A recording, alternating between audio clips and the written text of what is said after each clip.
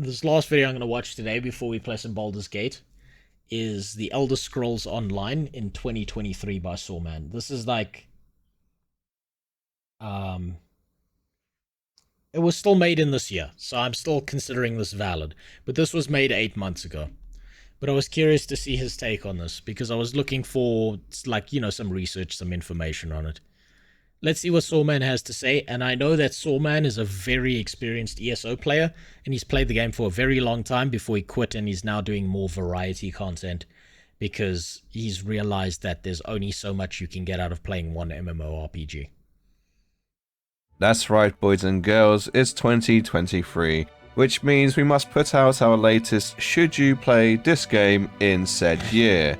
And today we are talking about The Elder Scrolls Online. Although based in the Elder Scrolls universe... Yeah, I just realized he doesn't have the talking dog avatar here yet. This is the early days. Do not expect Skyrim, as quoted by IGN. So what should you expect from ZeniMax Studio? Is it really worth playing this MMO in 2023? And better still, does it look anything like the cinematic? Spoiler alert, it does not. So stick around as we delve into The Elder Scrolls Online. The Elder Scrolls Online. Okay, here's a take for you on this, Ilgi. The Elder Scrolls Online is the biggest fucking cock tease of an MMORPG out there because the cinematics are so crisp and so goddamn solid, and then you get into the game and you're like, what the fuck is this? What is this shit that I'm looking at right now? How did this happen? Why are the cinematics this good, and why does this look nothing like the gameplay? In 2023. Released in 2014, The Elder Scrolls Online has gone through somewhat of a transformation over the years. See, it that's has the had gameplay. 30 DLCs released since launch, 6 of which are dubbed as chapters, which means they weren't originally included with ESO Plus, so they were separate purchases from the main game, which reflects the core values of ZeniMax Studios, which is of course money. But hey, we have plenty of time to talk about that. Although it boasts 21 million players, it's never truly been in the spotlight. It's not really world renowned across the MMO genre. Yes, it's Fuck me, look at that. New World was all the way up here. New World was all the way up here at 16k. Here's the problem with this chart though, right? I've actually watched this vid. I haven't. I've started doing research into ESO, so I've watched it. I'm like starting to watch stuff now. Now the problem with this chart, right, is that ESO has its own launcher and client. So this population number is not going to be accurate. The same with the Final Fantasy one. The MMO genre. Yes, it's heard of and people have played it, but you won't see the likes of Asmongold streaming this anytime soon. This is beautiful. This game is already exceeding my expectations. Truly incredible. Its biggest export is of course Cypher PK, and even he doesn't seem to want to play The Elder Scrolls Online anymore. Oof. Seven, I'm not grinding it just for the sponsor. I'm grinding because I want to get back into PvP, like on a more long-term basis. But listen, let's not dwell on the past. Let's have a look at the gameplay and how it's evolved over the years and what we should just look how good these cinematics look in comparison to the fucking gameplay. expect in 2023. When it comes to the gameplay, it really does vary in difficulty. A lot of the content is built around new players, so therefore it's quite easy to complete once you have a simple grasp of the game. The main quest lines are basic fetch quests where you go to point A, then to point B, and then back to point A. Exciting. When traveling from A to B, you'll realize that the overland mobs are very much irrelevant. This is also the same for questline bosses. Don't get me wrong though, if you really do enjoy Elder Scrolls lore, there's an abundance to be found within this game. Oh yeah, the lusty Argonian maid. Except in this game, she's the crusty Argonian maid, because she's not nearly as hot. I'm just saying, the lizard tits... I'm not a furry, but the lizard tits in Skyrim are better than the lizard tits you'll find in ESO. That's just a fact. Just ignore the fact that there's loads of sparkly horses running around, which were never mentioned in any other Elder Scrolls game. Endgame consists of competing in PvP, taking part in veteran trials, and of course, decorating your house. Yes, housing is endgame. It's worth mentioning that all three of these have their own separate problems, which I'll cover off later in the video. So what is the future for gameplay in 2023? Well, here's the interesting part. The 2022 studio director's letter promised to do away with the 3 DLCs and a chapter release within 1 year. And instead for 2023 there'll be 1 DLC, 1 chapter, and what looks to be quality of life improvements. It's safe to say that the High Isle chapter in 2022 was a letdown for most of the community. It was a massive letdown because that High Isle cinematic, I don't even play ESO, and I know this for a fact. That High Isle cinematic looked so fucking dank. It looked amazing. People still make memes using that High Isle cinematic to this day. And the gameplay after that? It had so many of them so fucking mad. Card game just wasn't captivating enough for the die-hard fans of the Elder Scrolls, and let's be honest, it's not very lore friendly because who's ever heard of Tales of Tribute in Morrowind, Oblivion, Skyrim, the list goes on.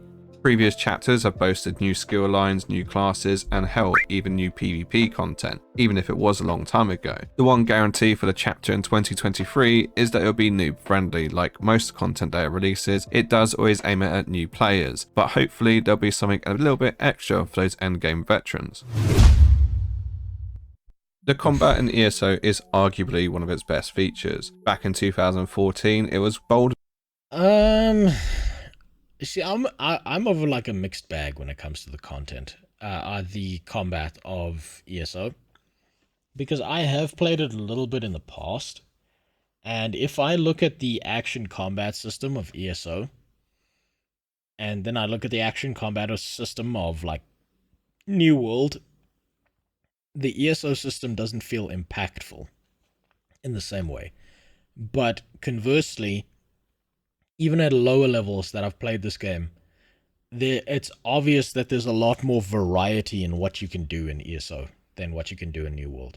Of it to go away from those global cooldowns and have more of a action real-time combat system. The idea being that it could be more fast-paced and skilled, which is perfect for a game which was focused on PvP at the time. However, fast forward to the present day, and the combat has gone through multiple changes in its life. To give you an idea as to how many changes there have been, there's been 36 incremental patches since launch, and of those 36 have included combat changes.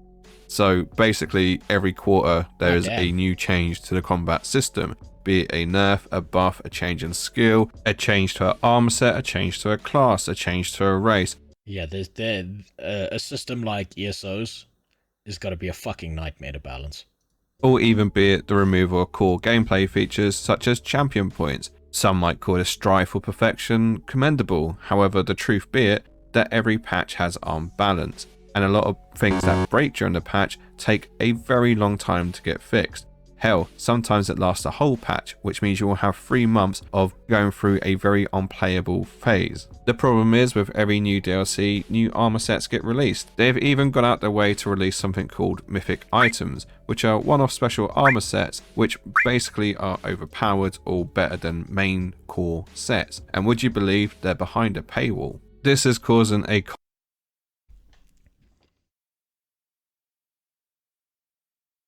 It's incredible, isn't it? That everything good, everything amazing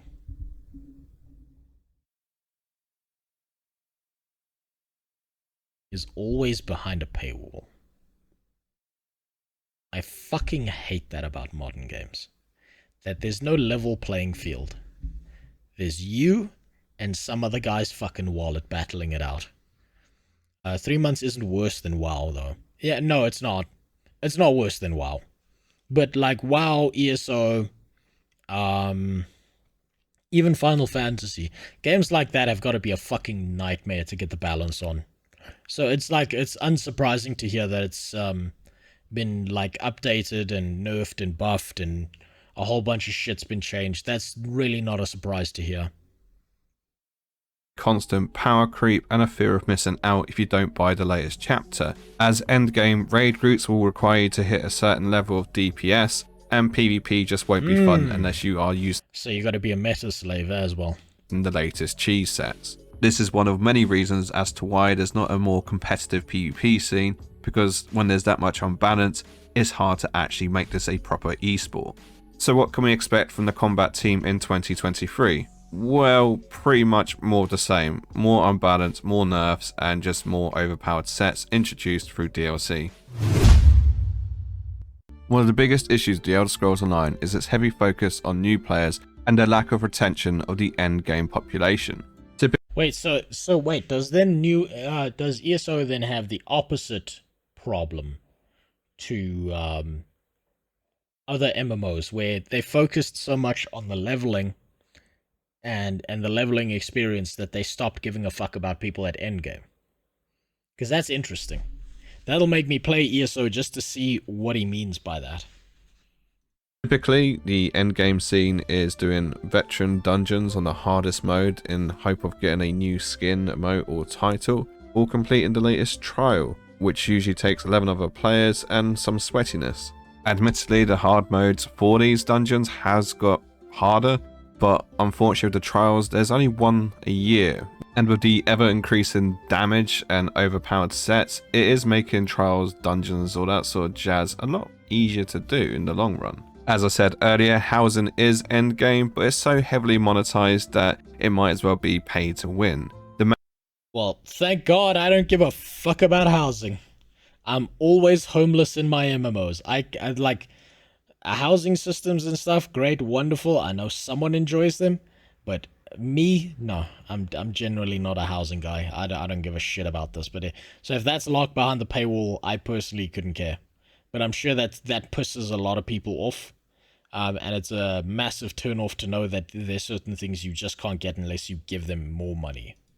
The main problem with endgame is the fact that the rewards are so lacking. All the best rewards are saved for the Crown Store, which is their monetized shop. You do get to a stage where progression is more horizontal than linear. Yeah, of course it's all in the Crown shop. Of course it is. You gotta get that dosh. You gotta disgrace the players who spend their time in the game, so that the players who spend less time but spend more money in the game feel better about themselves. It's basically a Hearthstone that you can put anywhere, and you can make a number of them. Okay, so it's like a teleport system as well. Okay, that's interesting. You see, I know very little about ESO. That's why I'm doing research into it for my next video. As in the fact that you can have as many champion points as you want, but you still won't be any more powerful or any better off. Truth be told, the fact that they scaled all the zones to a level, and once you hit 160 champion points, the zones lock at that level, whilst you can still go up to 3,600 champion points. There is such a deficit in difficulty that it just becomes a joke for endgame. So what's the direction for endgame in 2023, you might be asking? The inconvenient truth is that they still cater for new players. But hold on, didn't Necrom release this year? I think I had it. I think I got a code for it because they were like, I got an email saying like, hey, you play MMOs, here's a code for Necrom. But they gave me no obligation to play it, so I was just like, okay, cool. Put that in Steam, and we're done. And then I just didn't open the game. Oh, fuck. I do have to play ESO at some point, though. Over endgame players. So anything added in 2023 is likely to be a quick and easy cash grab and something of low difficulty but high repetitiveness. Saying that though, endgame will get at least one trial to complete for the year, plus 4 dungeons, which will be a flash in the pan and completed within 24 hours. I wonder if he ended up being right. When The Elder Scrolls Online was first released, the PvP scene was going to be one of the main features of the game. The very first DLC to be released for The Elder Scrolls was PvP focused, and then it kind of took a turn. At some point they realized they could make more money from monetizing PvE and new players as opposed to catering to the PvP scene. The main feature of PvP is the big open world battles which can take place in Cyrodiil. Before release they promised up to 200 people on screen fighting it out seamlessly. However, the realism here is that it's just had huge performance issues since launch. Even now, has there ever been an MMO to date where having 200 plus people on screen hasn't resulted in performance issues. I can't think of a single one. Now, 8 years later, PvP performance is just no better than what it once was. There was a slight glimmer of hope in 2022 when they upgraded the North American server. After 8 years, they decided to finally upgrade the hardware, and would you believe it? The performance got better. Imagine Shocking. after 8 years that it was the hardware being the issue all along. I mean, who could have seen that coming? Do we think performance can be improved? Yep, it can be, and it is not a hardware issue.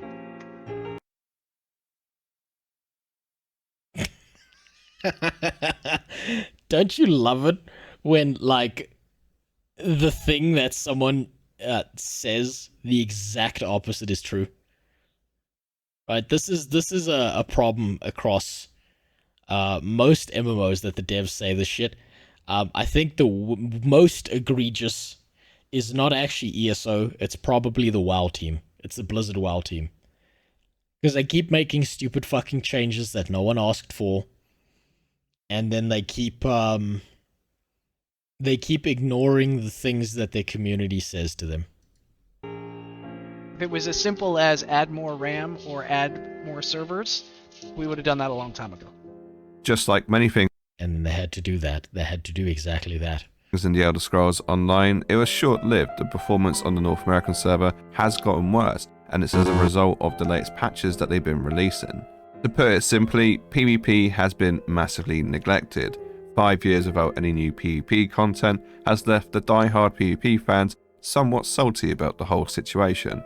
And trust me, I know, I am one of them. So where do we see PvP going in 2023?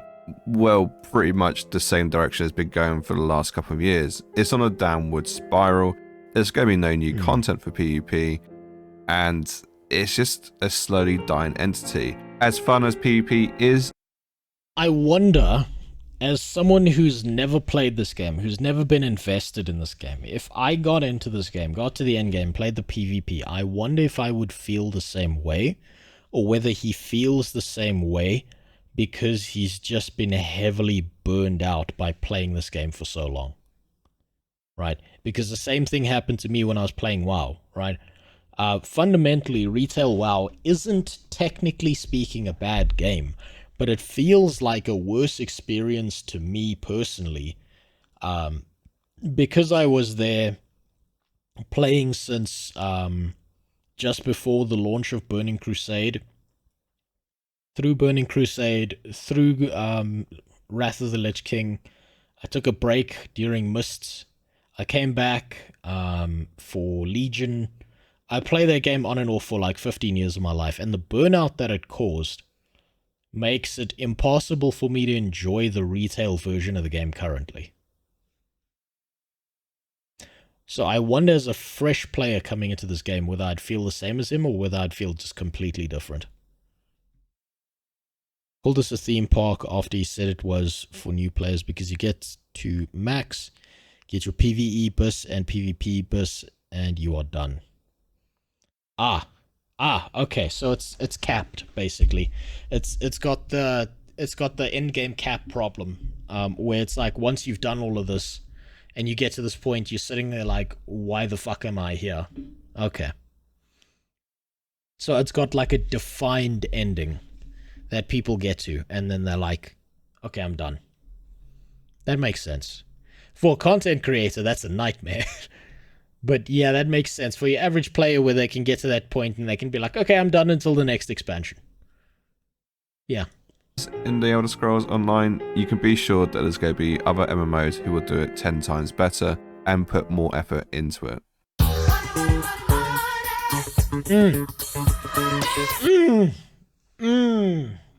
Oh, monetization. Let's see how predatory ESO is. Monetization is the process of converting something into money. And when it comes to the Elder Scrolls Online, they have basically monetized anything which isn't nailed down. People only really get concerned with monetization when it's pay to win, when you have to pay to be better than everyone else. So when you look at the Which is now every MMO out there.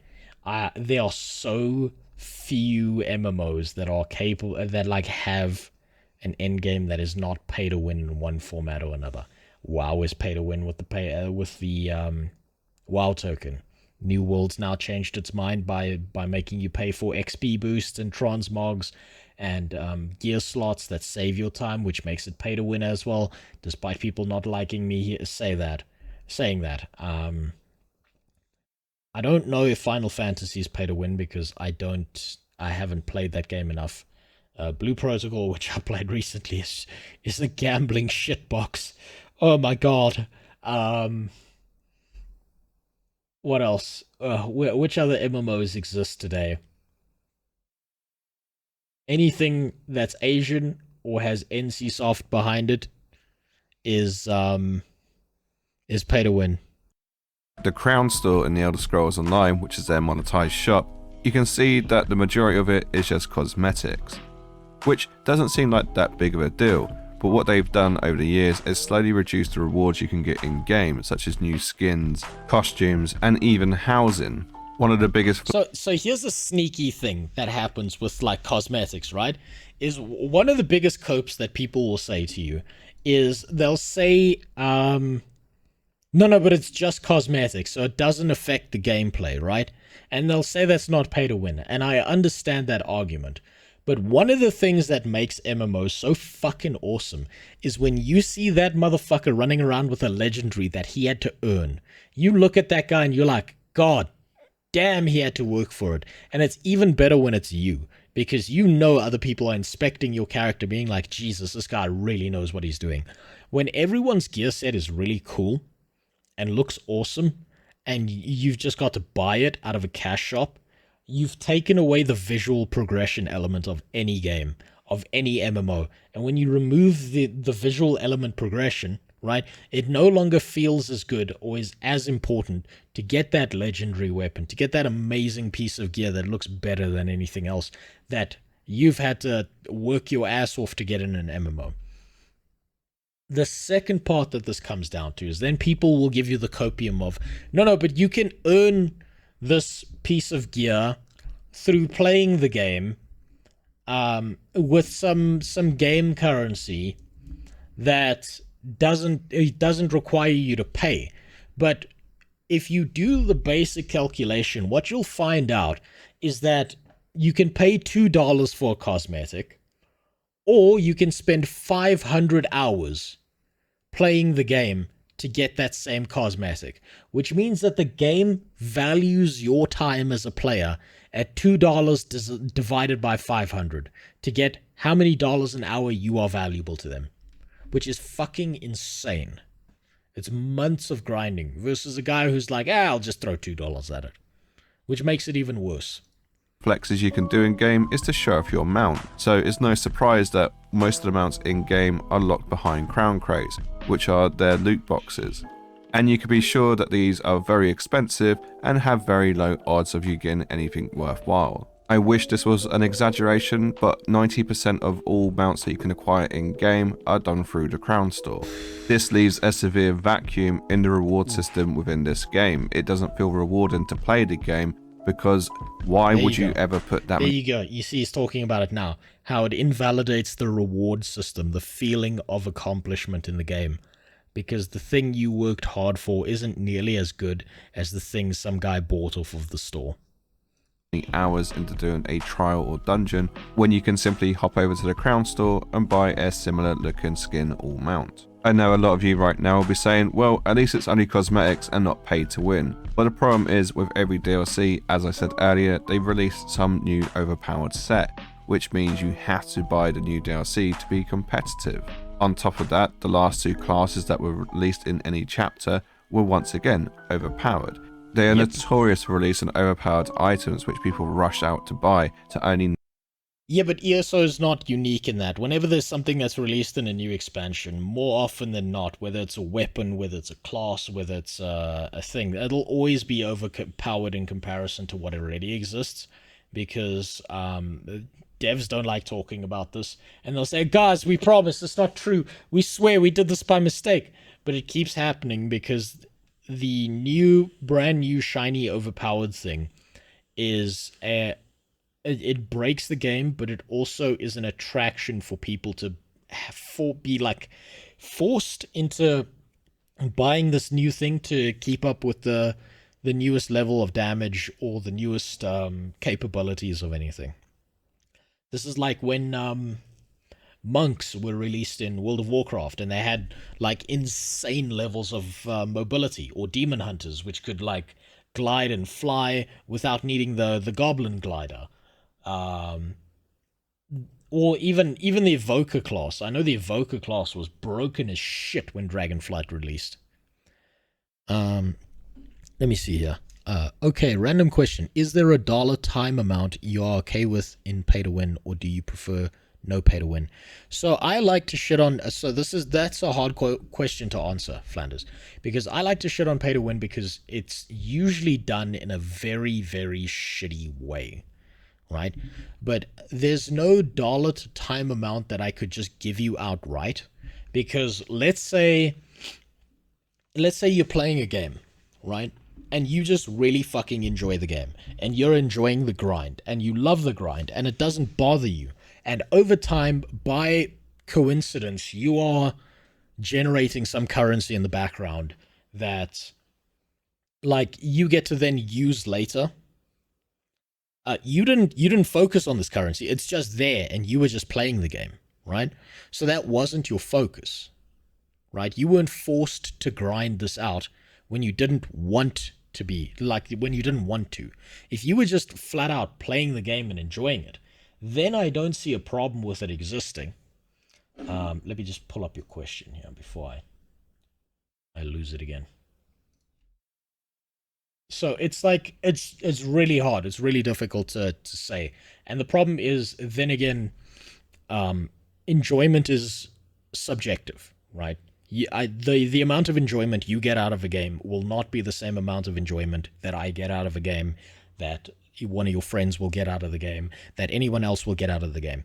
You will have a different level of enjoyment because you are like an individual with your own likes and wants and needs and feelings about certain things, right?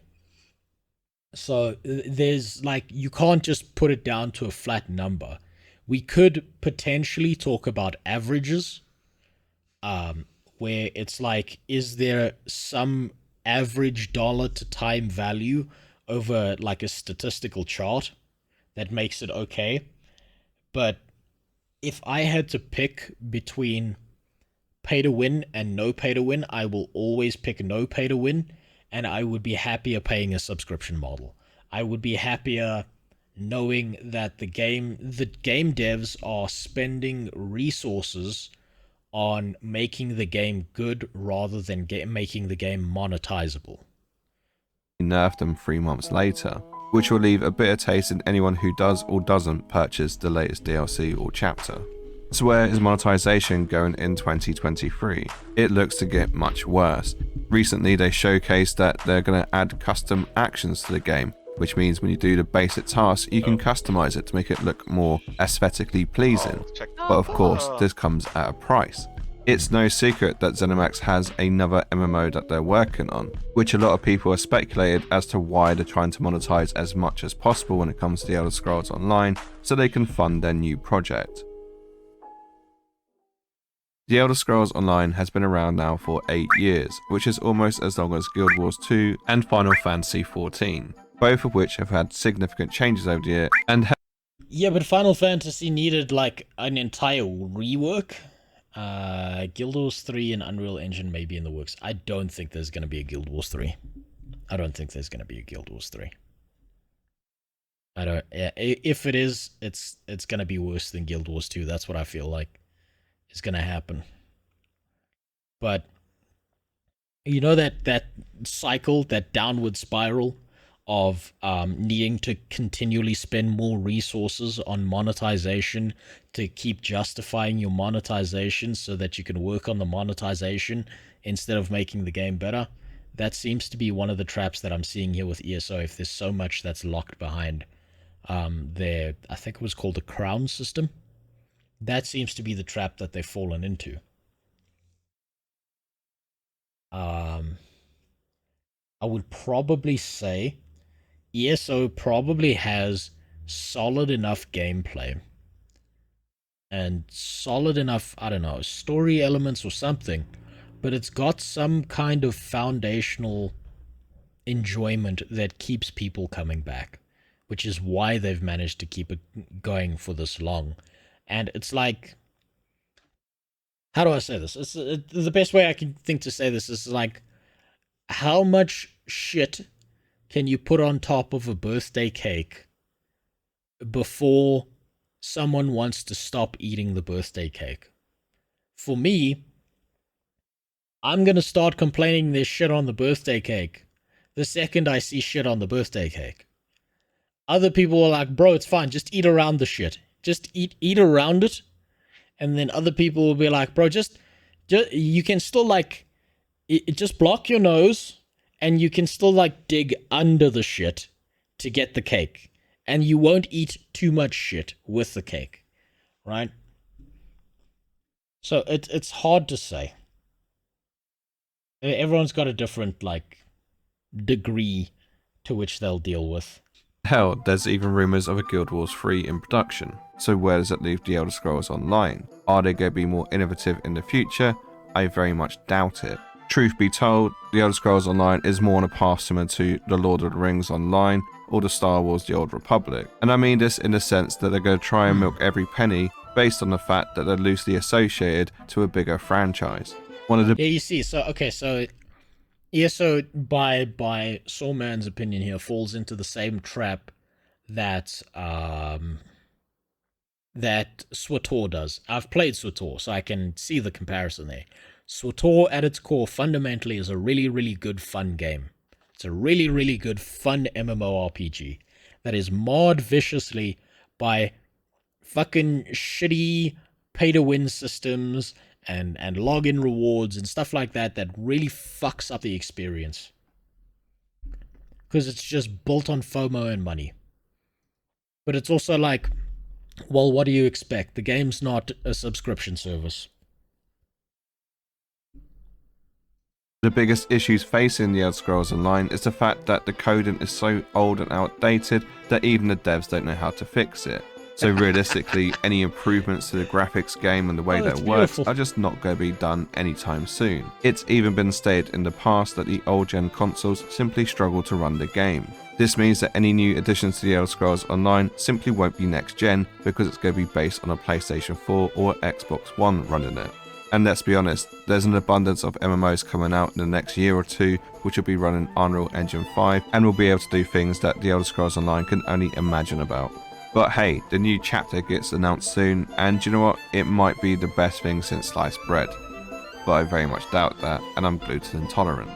But this is just my... When he says the next chapter, I think he means Necrom. Now, I don't know anything about Necrom.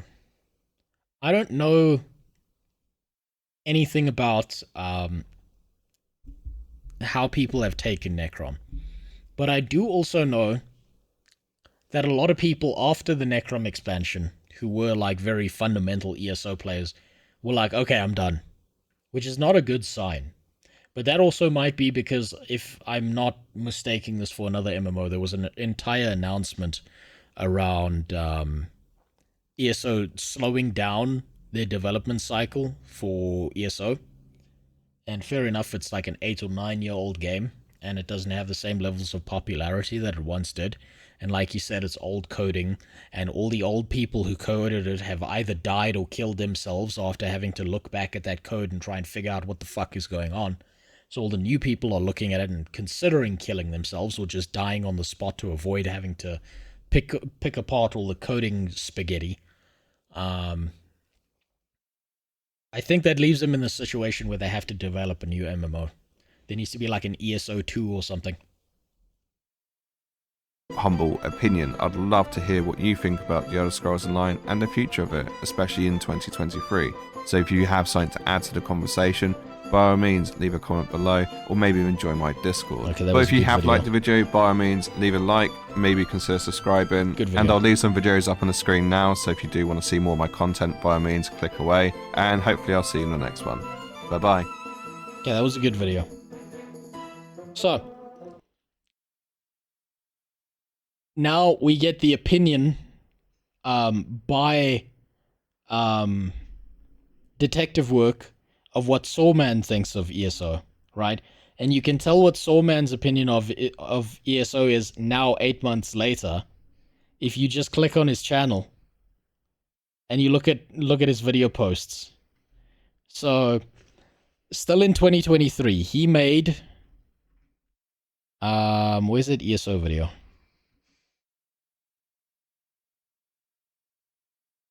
His ESO video. Oh, here we go. Yeah, there it is. My latest ESO chapter made me quit. Or the latest ESO chapter made me quit. So ESO in 2023. So let's see how it went. ESO, Baldur's Gate. Fable 4, Embers Adrift. Shocking. So ESO. So in the space of 6 videos, there are 2 ESO videos. Throne and Liberty, Hogwarts Legacy. Skyrim, Hogwarts Legacy, Neverwinter, Sons of the Forest, top 5 MMOs, Shocking State of Star Trek, MMO with Unreal Engine 5, Star Citizen, what's its face, Mortal Exodus, Red Dead. So he's done. He's done.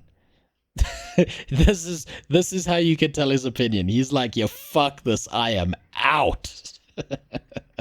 And I can't even blame him that much. Because I'm sure he knows a lot more about ESO than me. He beat the game, now he's free. Yeah, he's done. I think that last expansion obviously did it to him. I remembered I watched this video a very long time ago, just because it popped up in my recommended. And I never watched the ESO in 2023, so yeah, this explains a lot. I wonder how many other ESO players this like just royally fucked.